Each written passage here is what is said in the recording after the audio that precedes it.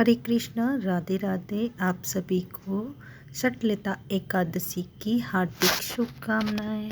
एक समय की बात है, दालम्य ऋषि ने पुलस्त्य ऋषि से पूछा कि हे महाराज, पृथ्वी लोक में मनुष्य ब्रह्मा इत्यादि महान पाप करते हैं, पराये धन की चोरी तथा दूसरों की उन्नति देखकर ईर्ष्या करते हैं, साथ ही अनेक प्रकार के व्यसनों फंसे रहते हैं, फिर भी उनको नरक प्राप्त नहीं होता। इसका क्या कारण है? वे न जाने कौन सा दान पुण्य करते हैं जिससे उनके पाप नष्ट हो जाते हैं। यह सब कृपा पूर्वक आप कहिए। मुनि कहने लगे, हे महाभाग, आपने मुझसे अत्यंत गंभीर प्रश्न पूछा है। इससे संसार के जीवों का अत्यंत भला होगा। यह भेद को ब्रह्मा, विष्णु, रुद्र तथा इंद्र आदि भी नहीं जानते, परंतु मैं आपको यह गुप्त तत्व अवश्य बताऊंगा। उन्होंने कहा कि माघ मास लगते ही मनुष्य को स्नान आदि करके शुद्ध रहना चाहिए। इंद्रियों को वश में कर काम, क्रोध, लोभ, मोह, अहंकार, ईर्ष्या तथा द्वेष आदि का त्याग कर भगवान का स्मरण करना चाहिए। पुष्प नक्षत्र में गोबर, कपास, तिल मिलाकर उनके कंडे बनाना चाहिए। उन कंडों में 108 बार हवन करना चाहिए।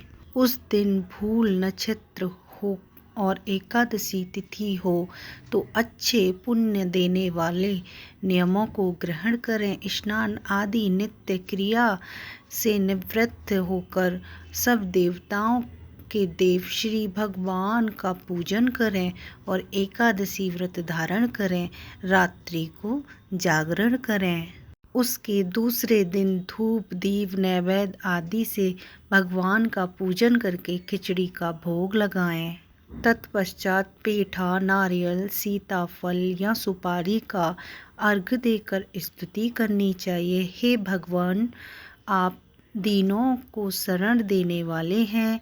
इस संसार के सागर में फंसे हुए का उद्धार करने वाले हैं। हे पुंडरीकाक्ष, हे विश्वभावन, हे शब्र ब्रह्मा, हे पूर्वज, हे जगतपते, आप लक्ष्मी जी सहित इस तुच्छ अर्घ्य को ग्रहण करें। इसके पश्चात जल से भरा कुंभ घड़ा ब्राह्मण को दान करें तथा ब्राह्मण को श्यामा गौ और तिल पात्र देना भी उत्तम है। तिल स्नान और भोजन दोनों ही श्रेष्ठ हैं। इस प्रकार जो मनुष्य जितने तिलों का दान करता है उतने ही 1000 वर्ष स्वर्ग का वास करता है। तिल स्नान, तिल का उपटन, तिल का हवन, तिल का तर्पण, तिल का भोजन और तिलों का दान, ये तिल के 6 प्रकार हैं। इनके प्रयोग के कारण यह षटतिला एकादशी कहलाती है। इस व्रत के करने से अनेक प्रकार के पाप नष्ट हो जाते हैं। इतना कहकर ऋषि कहने लगे कि अब मैं तुमसे इस एकादशी की कथा कहता हूँ।